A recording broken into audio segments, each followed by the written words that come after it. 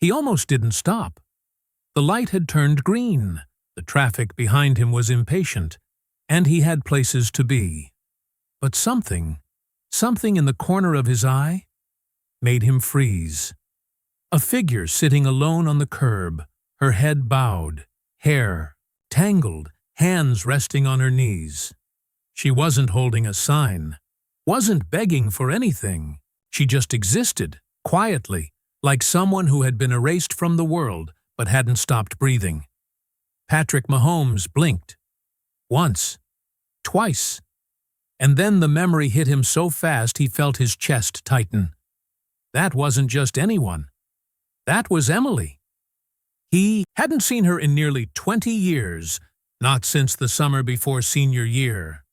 Not since she vanished from Tyler, Texas, without a goodbye or explanation. And now, here she was, in the same city they both once called home, looking like a ghost of the girl he used to sneak sodas to after baseball practice. His first kiss, his first heartbreak, his first everything.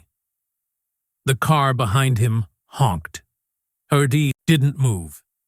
He pulled over instead, ignoring the protest in his ears, and stepped out.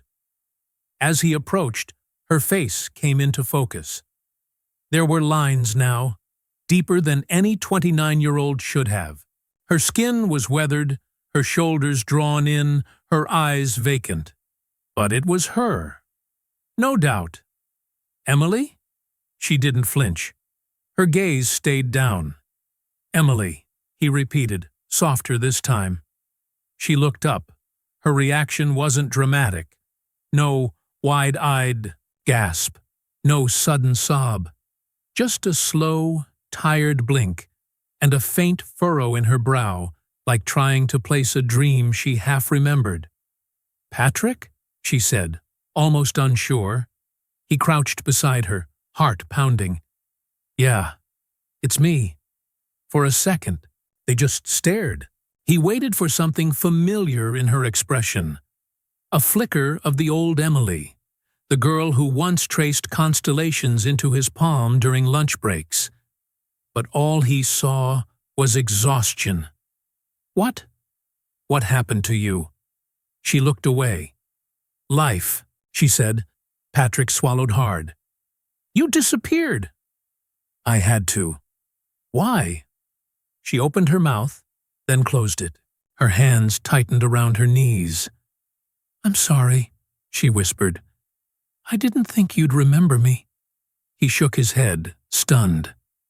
"Emily, I thought about you for years." She laughed softly, bitterly. "Well, I thought about you, too. Mostly when I was hungry." The words cut deeper than he expected. He reached out, hesitated, then placed his hand gently over hers. "You don't have to be out here," he said. "I don't have anywhere else. You do now. Come with me." She looked at him, eyes wary. "I'm not who I used to be, Patrick." He nodded. "Neither am I." She didn't move. He stood slowly and offered his hand. For a long moment, she just stared at it. Then, with visible effort, she placed her fingers in his. He helped her to her feet. The moment she stood, he could feel it. How thin she was. How unsteady. He took off his jacket and draped it around her shoulders. She didn't protest. "Where are we going?" she asked. "Someplace warm." She didn't ask questions. She just followed. They didn't speak much during the ride. Patrick couldn't stop glancing at her, trying to recognize the girl he used to know. She looked smaller now, quieter. Her hands trembled slightly, and every so often she flinched at the sound of horns or loud engines. He took her to an apartment. He kept just outside town, a place for downtime, away from cameras and chaos. It was modest, but safe, clean, quiet. When they arrived, she hesitated again before entering. "Are you sure?" she asked. He nodded. Inside, she moved cautiously, like someone expecting to be told to leave. Patrick showed her the basics: bathroom, kitchen, clean towels. He pulled out an unopened hoodie from a drawer and placed it on the bed. "You can stay as long as you need," he said. She sat down on the edge of the bed, not quite relaxing. "I don't want to be a burden." "You're not." Silence stretched between them. "I didn't know where to find you," he said finally. "I didn't want to be found." "Why not?" Emily stared at the floor. "Because I was ashamed. I lost everything. I couldn't come back like that. Not to you. Not to anyone." Patrick sat down across from her. "We all lose things. But not everyone finds their way back." She looked at him. "And what if I don't want to be saved?" He smiled gently. "Then I'll just sit with you. Until you do." Something in her eyes shifted. Not quite trust, but not fear either. A crack in the armor. He stood up to leave, her to rest.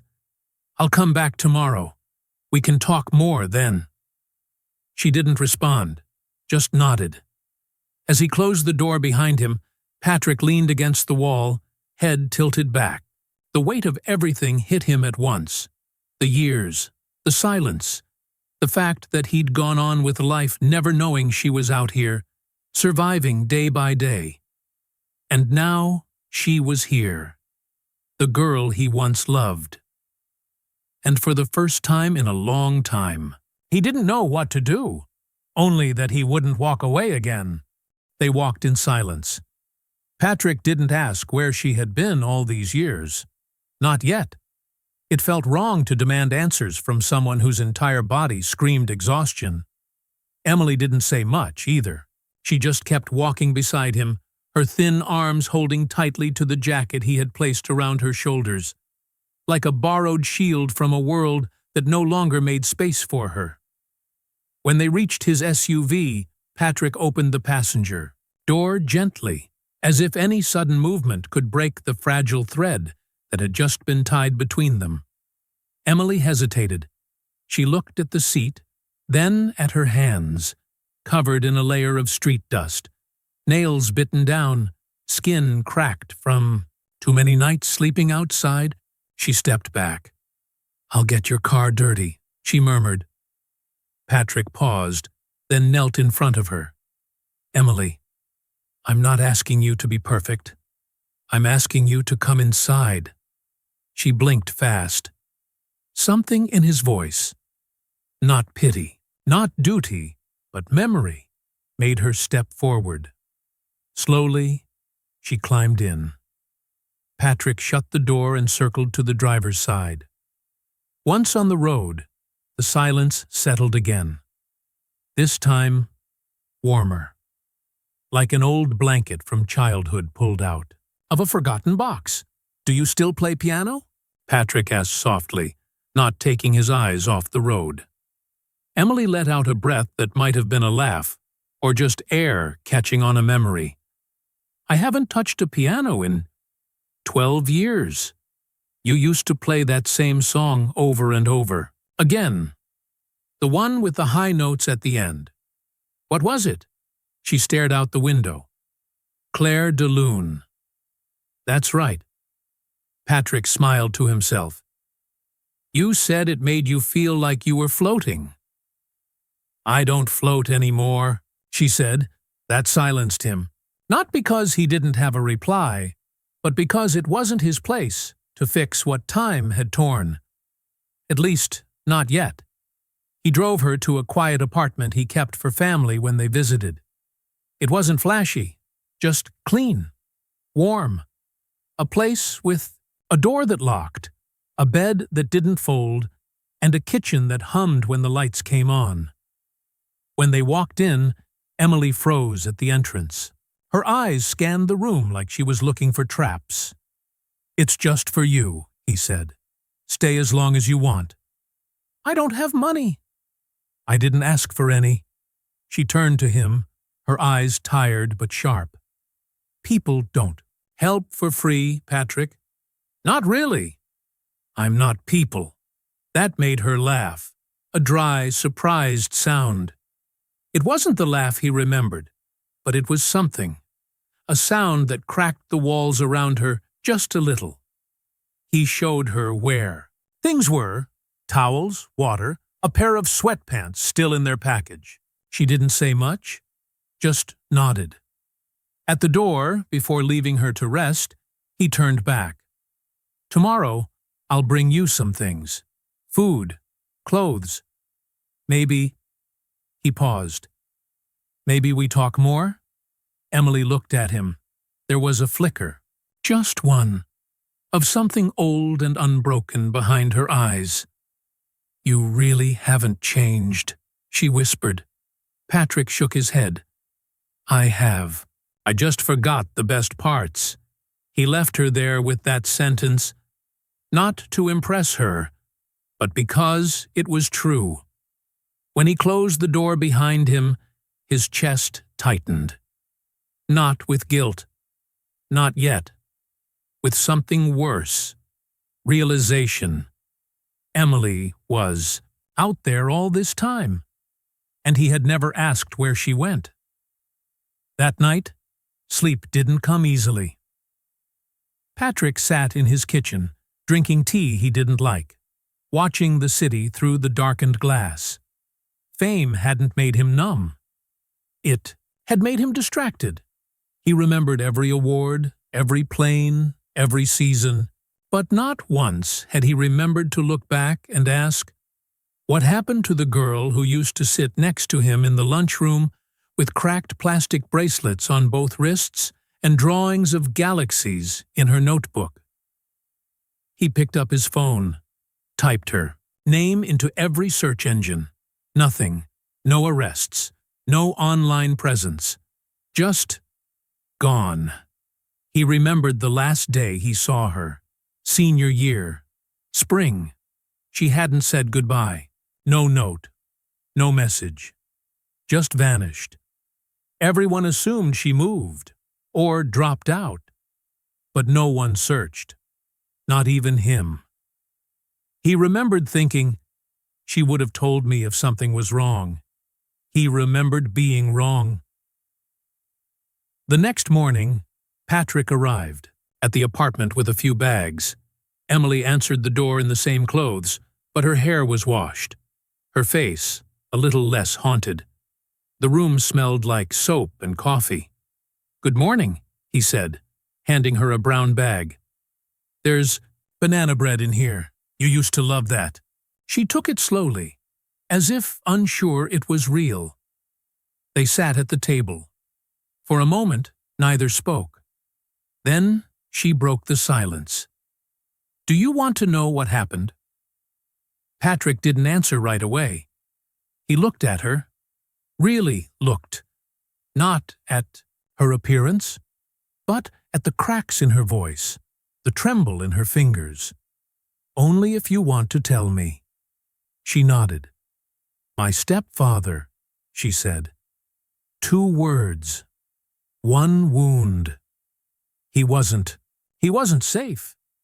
I told my mom. She didn't believe me, so I left.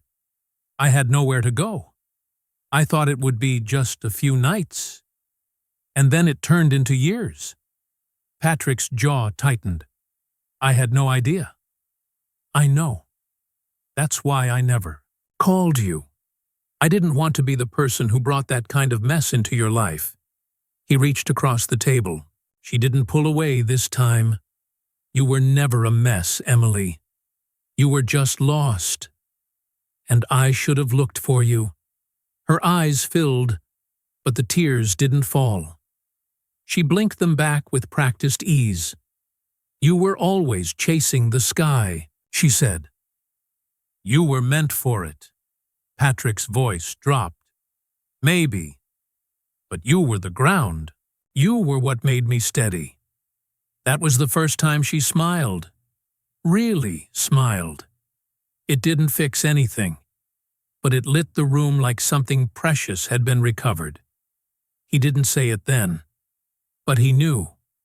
He wasn't leaving again, and this time he was ready to fight for what he had once let disappear without a word. Patrick arrived earlier than he said he would. It wasn't because he was worried. It was because he couldn't think about anything else. Emily had slipped into every empty space in his mind. The girl she used to be, the woman she'd become, and the years he let pass without wondering where she had gone. Fame, success, stadiums, none of that made sense now. All of it felt thinner than he remembered.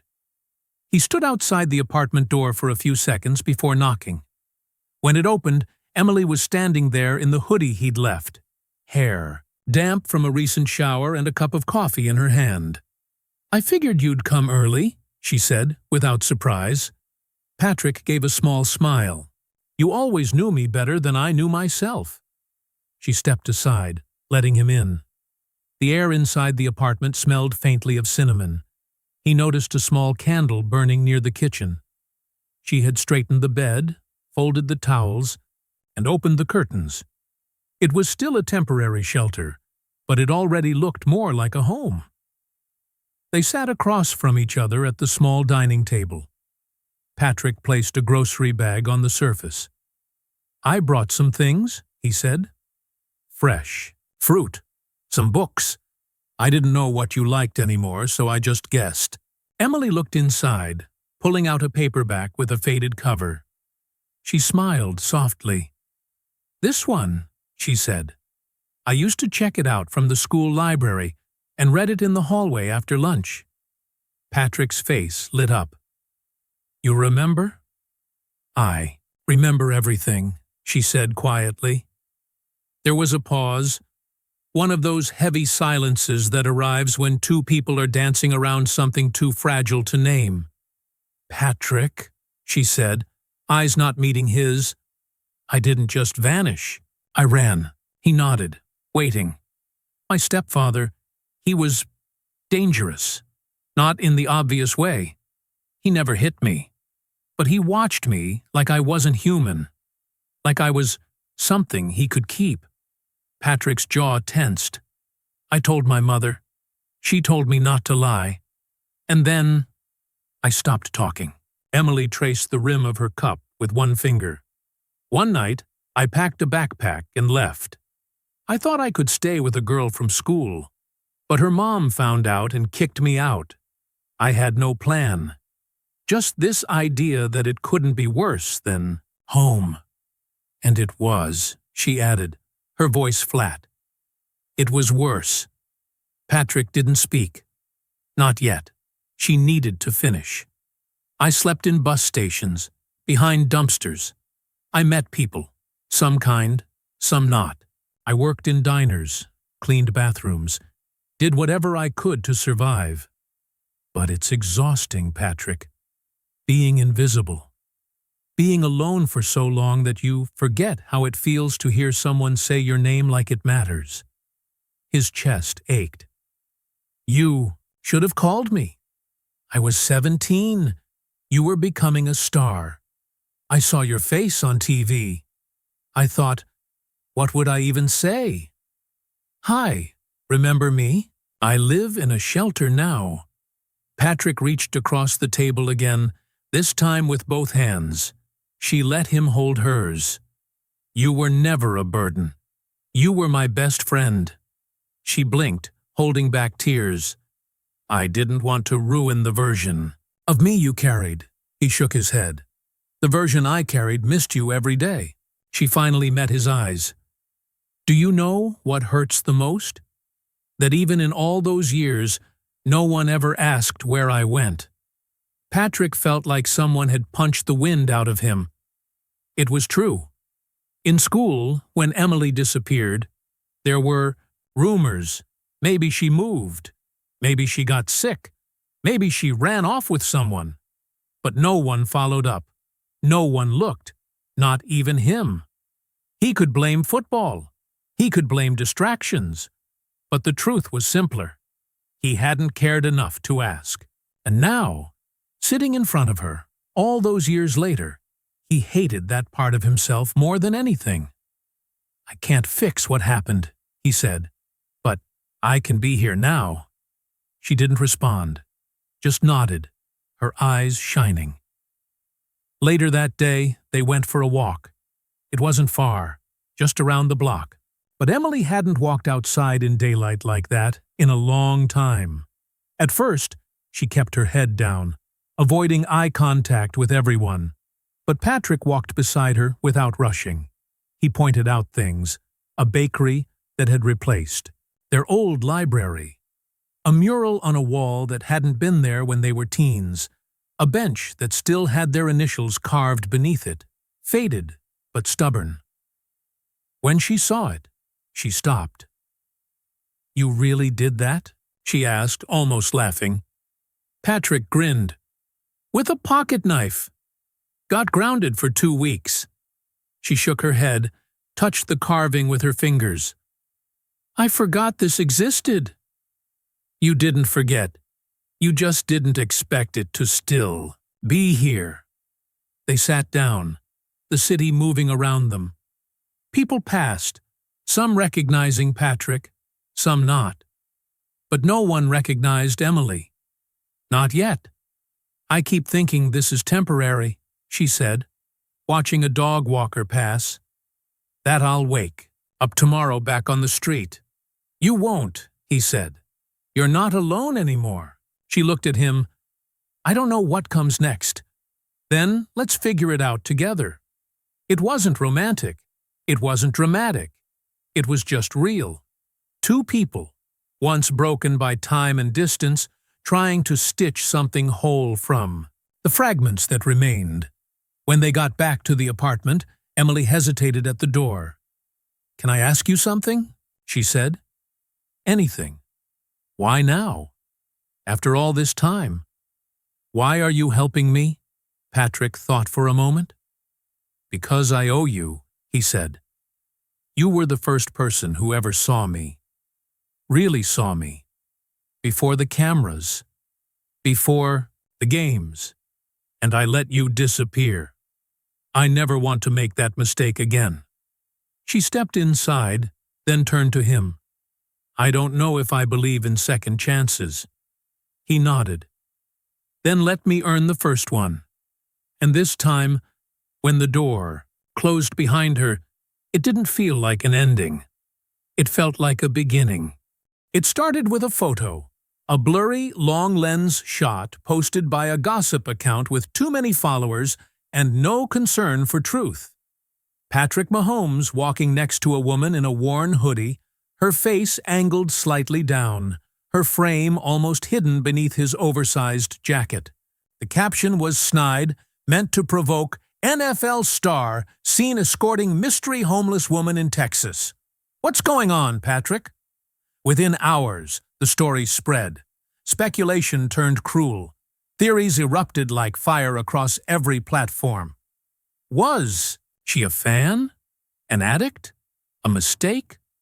People posted screenshots of the old yearbook photos when someone dug up her name. Some claimed she was faking her situation for sympathy. Others insisted she must be blackmailing him. Emily didn't see it first. Patrick did. He was at the practice facility when his phone buzzed non-stop. When he opened the article and saw her picture, not even her face, just the outline of her, his blood went cold. He left immediately, ignoring questions from teammates and staff. He didn't care about the upcoming game, the coach's raised voice, the obligations waiting in his schedule. He just needed to get to her. When he arrived at the apartment, Emily was sitting on the floor, knees pulled to her chest. Her phone, a cheap one he'd gotten her 2 days before, lay discarded beside her. The screen still showed a hateful comment. Her hands were shaking. "You didn't tell me someone was watching," she said without looking at him. "I didn't know," Patrick replied. "I swear, it's all over the internet. They don't even know who you are." She finally looked up. "They know enough to destroy what little I had left." Her voice wasn't angry. It was hollow. That scared him more than if she'd screamed. "They don't matter," he said quickly. "We'll shut it down. I'll call my team." "Patrick, stop." She got up, voice trembling now. "You don't get it. I'm not like you. I don't have fans. I don't have managers or lawyers or a PR team. I barely have shoes without holes in them." He stepped forward, but she backed away. "I didn't ask for this," she continued. "I just wanted a place to sleep, a warm meal. I didn't want headlines. I didn't want people dissecting my life like I'm some project you picked up on your day off." Patrick froze. "Is that what you think I'm doing?" "I don't know," she said, quieter now. "But I can't be the reason you're dragged through mud. You don't owe me that." He shook his head. "I'm not doing this because I owe you, Emily. I'm doing it because I care." That's easy to say until the cameras turn on. Her words hit harder than he expected. He could defend himself all day to reporters, agents, strangers. But, with her, he didn't want to defend. He wanted her to believe him. "Come with me," he said suddenly. She blinked. "What?" "There's a press conference in the morning. I was supposed to talk about the next game. I'm going to talk about this instead." Her face turned pale. "Patrick, no. I'm tired of hiding, of watching people turn someone's pain into content. You deserve better. And if the world's going to look at you, then they're going to hear the truth." She laughed bitterly. "You think the truth matters to people scrolling on their phones? It matters to me." For a long moment, she didn't speak. Then she whispered, "You're going to ruin your image." He smiled without hesitation. "Then, maybe my image needs ruining." The next morning, the media room was packed. Cameras lined the back wall. Reporters sat with notebooks ready, eyes trained on the empty podium.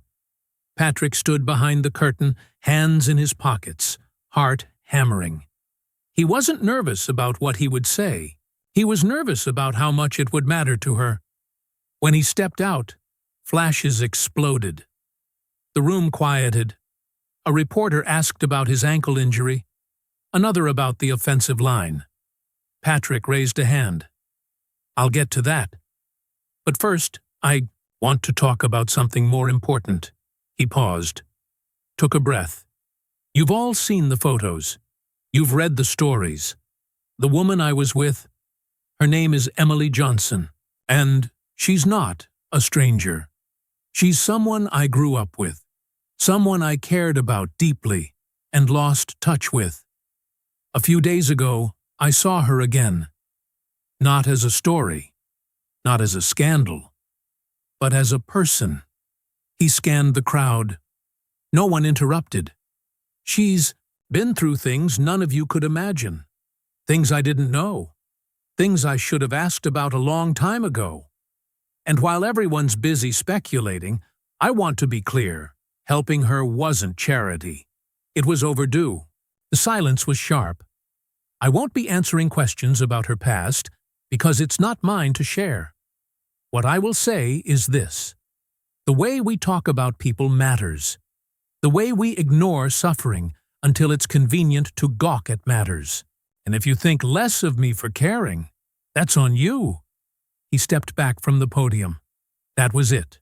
No rehearsed speech, no PR spin, just the truth. When he walked out, his phone buzzed again. But this time, it wasn't all noise. Some messages were from fans. "Thank you for speaking up. This means something. You did the right thing." He didn't care about the likes or the backlash. He cared about what Emily would think. When he got back to the apartment, she was sitting on the couch. The TV was off. Her eyes were red, but she wasn't crying anymore. "You didn't have to do that," she said. "I know. I would have understood if you didn't." "I wouldn't have." She got up, walked over to him. Her shoulders were still tense, but her voice had softened. "I don't know if I can stay here," she said. "Not because of you. Because of me. I've lived invisible for so long. Being seen like this is terrifying. Patrick nodded. Then we find a new place. Somewhere no one knows. I'll help you disappear again. But on your terms. She looked at him surprised. You'd really do that? I'd do anything to give you peace. Even if that means letting you go. Her voice cracked. Why? He exhaled slowly. Because I didn't show up when you needed me back then. But I'm here now. And I won't make that mistake twice. She stepped forward. Slowly. Like someone testing the ground for the first time. Then, without warning, she leaned into him. Not for rescue. Not for romance. Just for a moment where nothing else existed but safety. He wrapped his arms around her, gently. And in that silence, where no one else could interrupt, she whispered the words he hadn't heard in almost 2 decades. I missed you, Patrick. And for the first time in years, he whispered back, I missed you too. The days that followed weren't glamorous. There were no magazine covers, no scripted interviews, just quiet mornings and long silences. Emily rarely left the apartment. Patrick stopped checking his phone, unless it was her texting him something. Simple, like, do you want coffee? Or, I'm okay. They weren't trying to fix everything, they were just trying to breathe. Emily started drawing again, not for anyone else, just for herself. Tiny stars on the corner of napkins, swirling patterns in the margins of old notebooks Patrick had brought her. One afternoon, she taped a page to the fridge. It was a sketch of a small girl sitting on a bench under a sky full of scribbled constellations. Her feet didn't touch the ground, but her head tilted up, watching. Patrick saw it and asked nothing. He only smiled and said, She looks familiar. Emily replied, She's not lost anymore. For the first time in her life, those words felt true. Still, the weight of the world hadn't disappeared. The public had quieted, but whispers remained. Some people praised Patrick for being real. Others called it a distraction. Commentators speculated on whether Emily was good for his image. One anchor even called her a burden dressed in nostalgia. That one stung. Emily heard it. She didn't say anything at first. But that night, as Patrick made dinner in the small kitchen, she spoke. I don't want to be a charity case. He turned off the stove. You're not. I don't want to be someone you rescue between games. You're not that either. She looked down. Then what am I? Patrick stepped closer, wiped his hands on a towel, looked her in the eye. You're someone who matters to me. Not because I pity you. Not because you're broken. Because you were the first person who ever saw the real me before anyone else did. And I see you now. Completely. That's not charity. That's connection. Emily let the silence sit. Then, what do we do now? That question hung in the room like mist. Patrick didn't answer immediately. He walked over to the window, looked out at the street below. Life moved on down there. People walking dogs, carrying groceries, staring at their phones. None of them knew what this moment meant. But he did. You tell me what you want, he finally said, and I'll follow your lead. She smiled at that. Small, soft, but real. The next week, they drove to a town no one expected. Not L.A., not New York, not back to Tyler. Just a quiet place in the Colorado foothills where the air tasted like pine and strangers didn't ask questions. Emily picked it from a list he offered her. Places where she could disappear if she wanted to. They rented a small cabin for the season. 2 bedrooms, one crooked deck, a kitchen with chipped cabinets, and a view of the mountains. Emily didn't unpack right away. She didn't ask how long they'd stay, but she watered the plants on the windowsill, folded her clothes into drawers, and set a drawing pad on the nightstand. Patrick didn't bring an entourage. No cameras, just groceries, books, and time. The first few days, they barely spoke. They hiked a little, sat on the porch, cooked simple meals. He taught her how to make scrambled eggs his way. She taught him how to draw trees with just 4 strokes. No plans, no obligations. Just presence. One afternoon, as they watched, clouds roll above the peaks, Emily broke the stillness. "I used to think I was disposable." Patrick looked over. "I used to think people only wanted me when I was useful, when I smiled, when I didn't talk too much. Then I disappeared, and no one noticed. So I thought, maybe they were right." She didn't cry. Her voice didn't even crack. But he saw the ache behind her eyes. "You're not disposable," he said. "I know that now. But sometimes I forget. Then I'll remind you. Every time." She looked at him for a long moment, then said, "I don't want to be invisible anymore." He nodded. "Then let the world see you.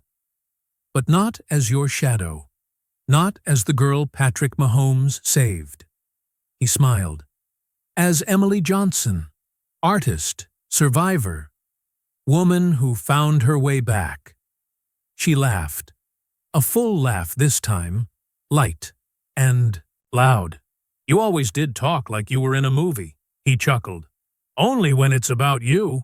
They stayed in Colorado for 3 months. By the end of the second, Emily was volunteering at the library. By the third, she had agreed to help with a local youth center's art program. She didn't post online, didn't announce anything, but one day, a 12-year-old girl drew a star on her own hand after class and whispered, "Like yours." That night, Emily showed Patrick the drawing and said, "Maybe I'm not just healing. Maybe I'm helping." He hugged her without a word. Eventually, the season called him back. Patrick returned to training, to stadiums, to headlines. But something had changed. He carried a different calm with him, a clarity not born from fame, but from forgiveness. Not from the world, from himself. He visited Emily every week, flew quietly, no public posts, no announcements, just time. They hiked, they painted, they sat in silence. They never called each other boyfriend or girlfriend. They didn't have to. They belonged to something deeper. Not romance, not rescue, but redemption. 1 year later, Patrick was interviewed on national television. The host asked about his proudest moment. Most expected him to talk about trophies or victories. But Patrick paused, then said, "Reconnecting with someone I thought I'd lost forever, and learning that winning doesn't always happen on the field." The host smiled awkwardly, not sure how to follow up. Patrick didn't mind. He had said what mattered. Emily never became a headline again. Not because she hid, but because she no longer needed the world to notice her. She noticed herself every time she opened a sketchbook, every time a kid smiled at her in art class, every time she looked in the mirror and didn't see failure, just a face, with stories, with lines, with life. And Patrick? He didn't rescue her. He showed up, and that was enough. Because sometimes the most powerful love isn't loud. It's quiet.